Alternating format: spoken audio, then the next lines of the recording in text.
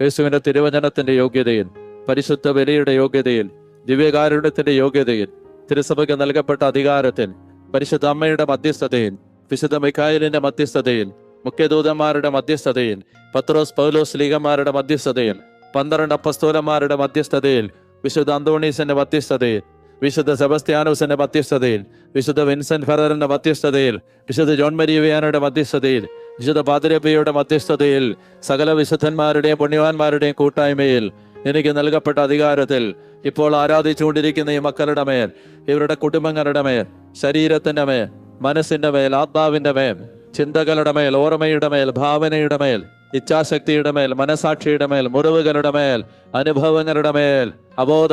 ഉപബോധ മനസ്സുകളുടെ മേൽ, കർത്താവായ യേശുവേ,